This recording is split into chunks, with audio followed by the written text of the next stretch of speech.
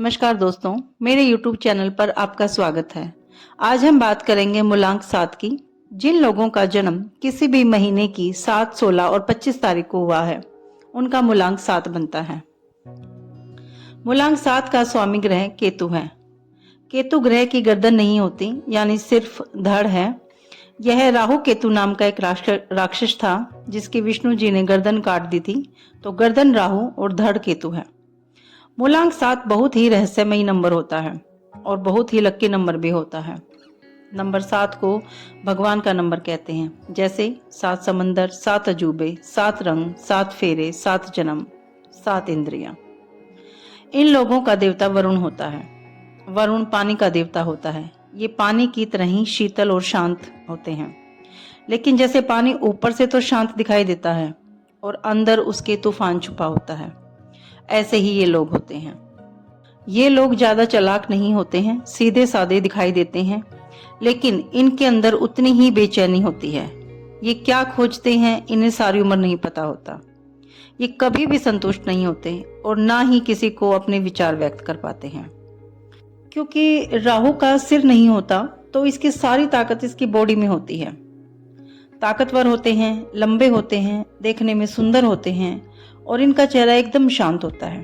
इनके चेहरे पर ज्यादा भाव नहीं होते हैं, लेकिन ये जरूरी नहीं है कि चेहरे पर भाव नहीं होते तो ये कुछ भी नहीं सोचते। इनके अंदर हर समय कुछ अलग चल रहा होता है। इनकी दो दुनिया होती हैं, एक वो जो लोगों को दिखाई देती है और एक वो जो इनके अंदर चलती है। इनको समझ पाना बहुत ही मुश्किल है। ये लोग आध्यात्मिक स्वभाव के होते हैं, लेकिन भगवान में ज्यादा यकीन भी नहीं करते, परंतु जीवन की खोज में लगे रहते हैं। यानी कि जीवन क्या है, जीवन का अस्तित्व क्या है, जीवन के अस्तित्व को लेकर इनके अंदर प्रश्न उठते रहते हैं। इनको क्या खोज करनी है, इन्हें सारी उम्र नहीं समझ में आता। हम इन लोगों को कलयुग के संत कह सकते हैं। ये लोग परिवार में ज्यादा इन्वॉल्व नहीं होते, अलग अलग रहते हैं, अकेले रहना पसंद करते हैं। लेकिन इनके परिवार पर अगर कोई बात आ जाए तो ये दुनिया से लड़ जाते हैं। ये प्यार की तलाश में रहते हैं, लेकिन जिससे ये प्यार करेंगे उसको बता नहीं पाएंगे कि ये उससे प्यार करते हैं। ये कभी भी अपनी भावनाएं स्पष्ट नहीं कर सकते, व्यक्त नहीं कर सकते। कोई भी इन्हें कुछ भी कह कर निकल जाए तो खास रिएक्शन भी नहीं देते, चुप रहते हैं, शांत रहते हैं। लेकिन अगर कोई इन्हें ये कह दे कि तुम में दिमाग नहीं है, तुम ये कर ही नहीं सकते, तो फिर ये दुनिया पलट के दिखा देते हैं। ये कुछ भी कर जाते हैं। इनकी सिक्स सेंस बहुत तेज होती है। इन्हें वो दिखता है जो किसी को नहीं दिखता, यानी पर्दे के पीछे की चीजें जिन्हें भगवान ने सभी से छुपा कर रखा है, वो चीजें इन्हें दिखाई दे जाती हैं। इन्हें कई बार दिखती हैं। डेजावू का इन्हें बहुत एहसास होता है। डेजावू का सबसे ज्यादा एक्सपीरियंस इन्हें होता है। इन्हें सपनों में भविष्य की झलक दिखाई दे जाती है। किसी भी घटना के होने के जो आभास है वो उनको पहले ही हो जाता है। ये लोग कभी तो बहुत पुराने समय की बातें करेंगे, यानी कि महाभारत काल की या उससे भी पहले की, और फिर चंद सेकंड में ही ये मॉडर्न जमाने की बातें करना शुरू कर देंगे, आज से 50, 60, 100 साल आगे की, यानी कि भविष्य की। बहुत ही रहस्यमयी नंबर होता है ये कई बार तो पैसे खर्च करने में इतनी कंजूसी दिखाएंगे कि 1 रुपया भी इनकी जेब से नहीं निकलेगा, और कई बार ये छोटी छोटी चीजों पर बहुत ज्यादा पैसे खर्च कर देते हैं। यानी अगर इन्हें मोबाइल खरीदना होगा तो 10-12 हजार का खरीदेंगे, और जब गाड़ी खरीदने जाएंगे तो 50 लाख तक की खरीद लेंगे। इनका जो स्वभाव है वो समझ से परे होता है। एक ये लोग बातों बातों में ताने बहुत बढ़िया मारते हैं, यानी क्योंकि किसी को कुछ कह दिया ऐसा कि अगले को चुभ गया, और जब इन्हें लगता है कि हाँ उसको चुभ गया, फिर ये कहते हैं कोई बात नहीं, मजाक था। 7 नंबर की जो महिलाएं होती हैं, यह और नंबर की जो महिलाएं होती हैं उनसे ज्यादा बहादुर होती हैं, ज्यादा दिमाग होता है। ये नहीं है कि और नंबर की महिलाओं में नहीं होता है, लेकिन इनमें थोड़ा ज्यादा देखने में आया है, क्योंकि इनका स्वभाव आदमियों जैसा होता है। ये आजाद ख्यालों की होती हैं, तो जो इनको समझ में आता है ये कर देती हैं। जैसे कि बिजनेस में, शेयर मार्केट में ये आराम से पैसा लगा लेती हैं, डरती नहीं है। ये दिल काफी होता है इनमें, बड़ा होता है इनमें। और एक क्या होता है कि जो 7 मूलांक की जो महिलाएं होती हैं, इनको लगभग 60% ऐसी महिलाएं हैं जिनको सेम जेंडर के बच्चे होते हैं। और 7 मूलांक वालों की एक बात और होती है, ये कोई भी काम का अगर प्लान करते हैं तो इनका काम जो होता है वो ज़्यादातर 2.5 घंटे या 2.5 दिन या 2.5 महीने या 2.5 साल तक रहता है। उसके बाद ये उस काम को या तो बंद कर देते हैं या इन्हें आगे बढ़ाना पड़ जाता है मजबूरी में, तो ये स्ट्रेस में चले जाते हैं। अब बात करते हैं अलग अलग तारीख में पैदा हुए मूलांक 7 के लोगों की। जो 7 तारीख में जिनका जन्म हुआ है उनका तो क्वालिटीज लगभग यही रहेंगी। इसके अलावा जिन लोगों का जन्म 16 तारीख में हुआ है वे लोग 1 नंबर सूर्य का और 6 नंबर शुक्र को लेकर पैदा हुए हैं।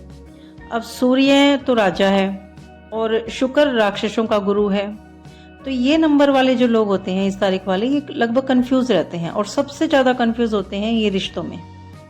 इनको बहुत प्रॉब्लम आती है रिश्ते समझने में, क्योंकि मूलांक 7 के जो लोग होते हैं वो पॉजेसिव नेचर के होते हैं। यानी कि अगर वाइफ है तो वो अपने हस्बैंड को लेकर ज्यादा पॉजेसिव रहेगी और हस्बैंड है तो अपनी वाइफ को लेकर।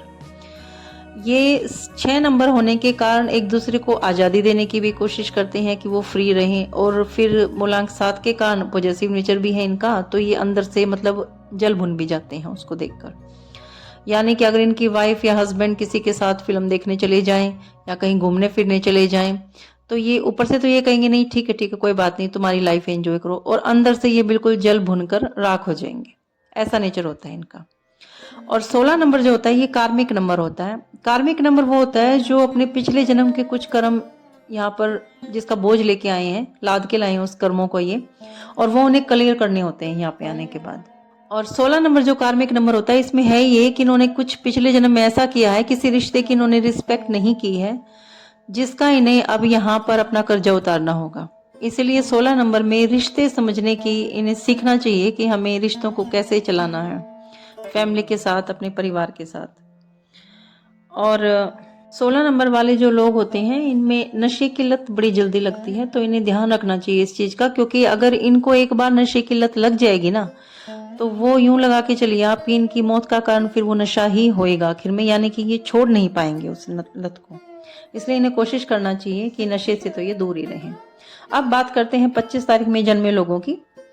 2 नंबर है चंद्रमा का और 5 नंबर है बुध का। ये लोग किसी भी स्टैंड पर नहीं रुक पाते, क्योंकि चंद्रमा जो होता है वो शांत करने की कोशिश करता है, और जो 5 नंबर बुध है वो तो है ही चंचल, वो तो एक जगह रुकता ही नहीं है। छोटा सा ग्रह है, इधर उधर उसका कोई स्टैंड ही नहीं होता है।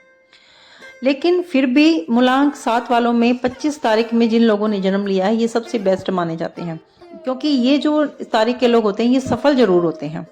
ये रिश्ते भी बहुत अच्छे से निभाते हैं, क्योंकि 2 नंबर है इनके पास, ममतामयी नंबर है, और ये सफल भी जरूर होते हैं क्योंकि 5 नंबर है इनके पास जो कि सक्सेस का नंबर है।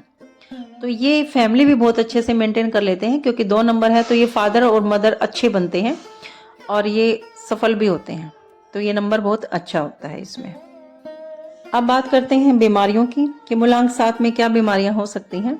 इन्हें स्किन प्रॉब्लम हो सकती है, खून से संबंधित कोई बीमारी हो सकती है, हार्मोन्स में गड़बड़ हो सकती है क्योंकि इनका माइंड ऊपर नीचे चलता रहता है।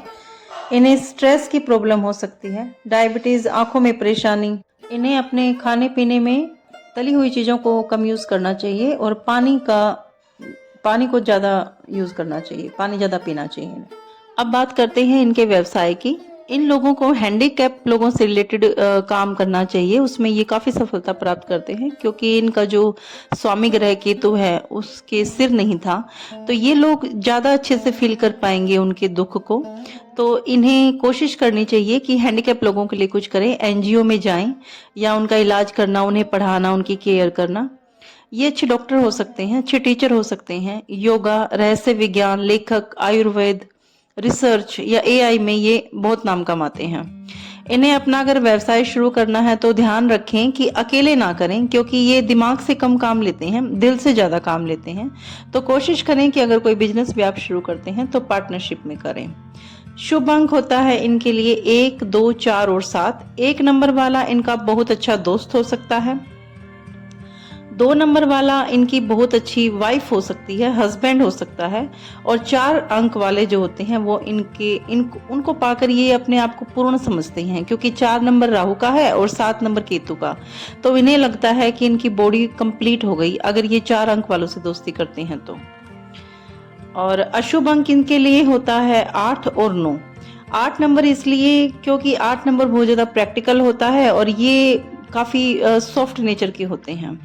और 9 नंबर मंगल का होता है और मंगल और केतु की तो शत्रुता जग जाहिर है ही। शुभ रंग में ये कोई भी हल्का रंग यानी लाइट कलर कोई भी यूज कर सकते हैं, कोई भी पहन सकते हैं, कोई दिक्कत नहीं है। और अशुभ रंग में इन्हें डार्क जो कलर है वो अवॉइड करना होगा, क्योंकि डार्क कलर से इनका मन काफी अशांत रहता है। शुभ दिन इनका रविवार, सोमवार और बुधवार होता है और अशुभ दिन मंगलवार और शनिवार।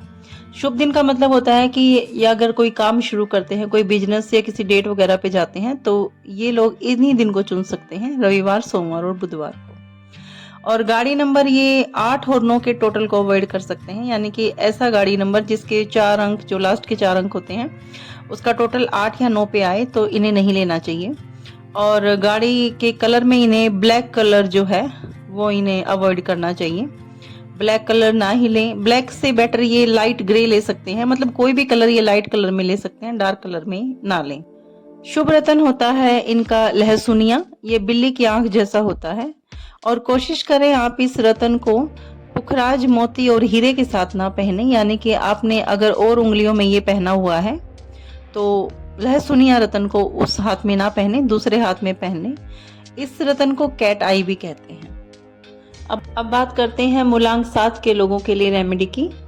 मूलांक 7 के लोगों को अगर ये लगता है कि वह बहुत ज़्यादा स्ट्रेस में है और काफ़ी ऊपर नीचे इनका माइंड होता है, तो ये अपने स्वामी ग्रह केतु की कुछ रेमेडीज अपना सकते हैं।